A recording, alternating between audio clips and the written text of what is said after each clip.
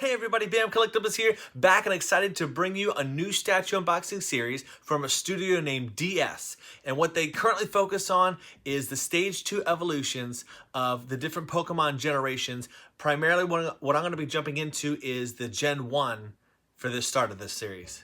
Now, the reason I'm so pumped today is because Squirtle was my first starter that I chose because I played Pokemon Blue. Of course, my brother played Pokemon Red because he likes Charizard and he was older. I think I went over that in another video before, but I chose Squirtle because Blastoise was on the cover of Pokemon Blue.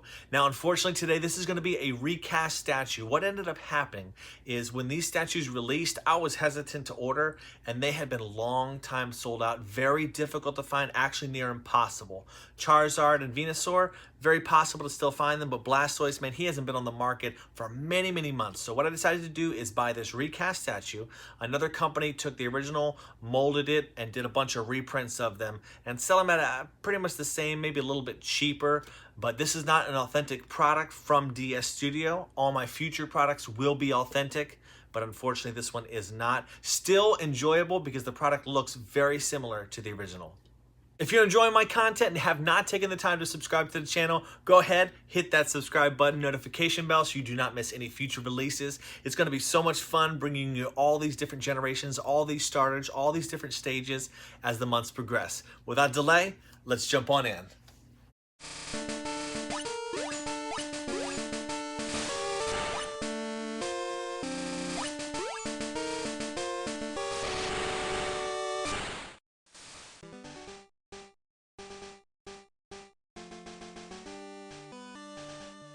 Alrighty, so as I mentioned before, this one, because it's a recast, does not come with a fancy art box. It's just the plain foam packaging that came in a brown box shipper.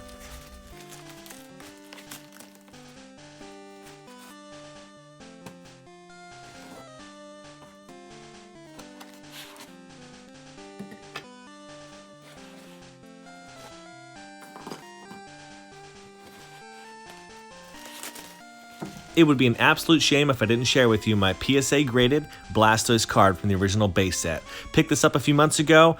Grade 7 aren't too expensive, and I actually got 777 for them all.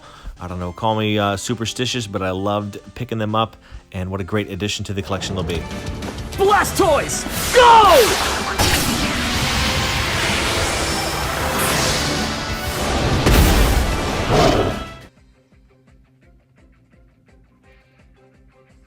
They went with a very traditional basic base here, just black and classy looking. The thing that I was actually surprised about is the fact that you won't see it now, but soon the next piece that sits and rests on the base, it doesn't connect at all via a magnet or steel rod or anything. It kind of just floats there. At first, I didn't like it, but I'll explain later why I think it actually is a good idea that they did it this way.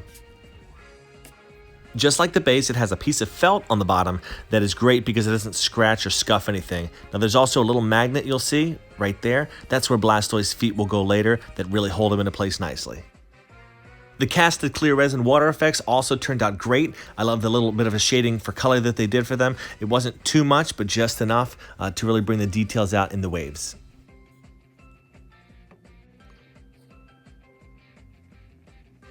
Here's the largest wave that's included in this set. At first, I wasn't a fan because there was too much clear resin on top, but as I put the piece together, it actually made perfect sense that they did this way, and the colors contrast very well. There's some debris coming up from him using a wave move.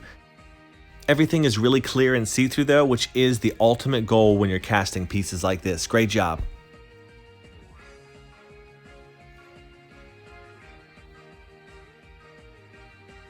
The wave itself connects to the base via that magnet that we saw while I was showcasing the close-up details for it.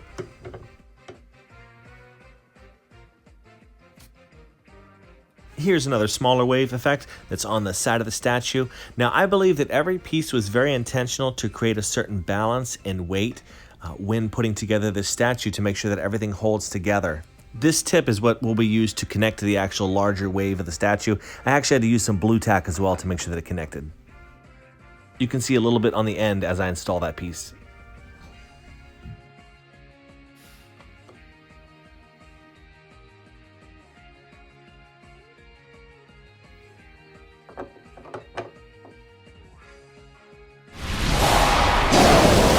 Call it a greeting. Now let's settle this! Do your worst!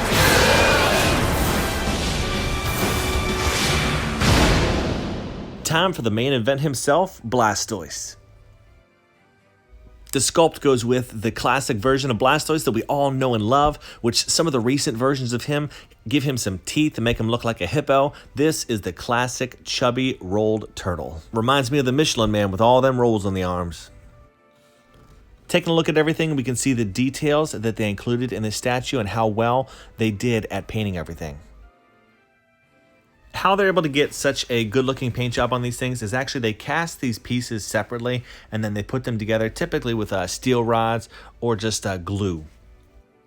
Down here you can see a little bit of evidence on his leg where it attaches to his body where there was a little bit of glue residue left over. Poor on their job, doesn't bother me, doesn't take away from the piece at all. The shading on the back of the shell looks really nice as well as the tips of his guns. Before I sell and part ways with my D-Arts figures, I wanted to showcase them side by side so that you can see what they look like. These two are very similar, but the difference comes down to the quality. The D-Arts looks rather flat with the paint job, while the DS has a lot of life to it. This one's made of plastic, this one's made of resin, so there's a density to it that feels like a quality product. I'll also show you what he looks like next to some little Tommy figures. I'm absolutely going to miss my previous D-Arts setup that I had in one of my DTOF display cases, but better things are yet to come in the future as I go ahead and part ways with one collection to acquire another.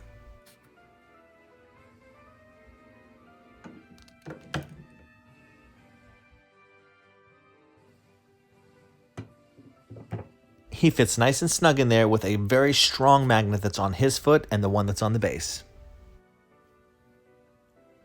This piece probably should have been installed before I put Blastoise on, but we'll go ahead and connect this one to the base.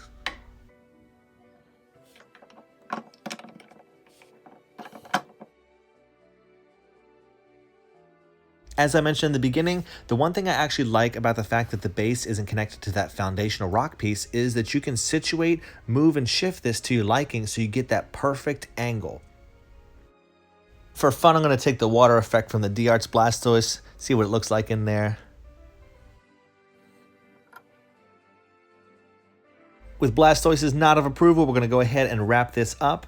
Thank you to everybody who continuously comes back to support the channel. If you're not a current supporter through subscription, go ahead and hit that subscribe button and the notification bell so that you can be a part of everything that comes out in the future. As always, do what you love and love what you do. Bam out.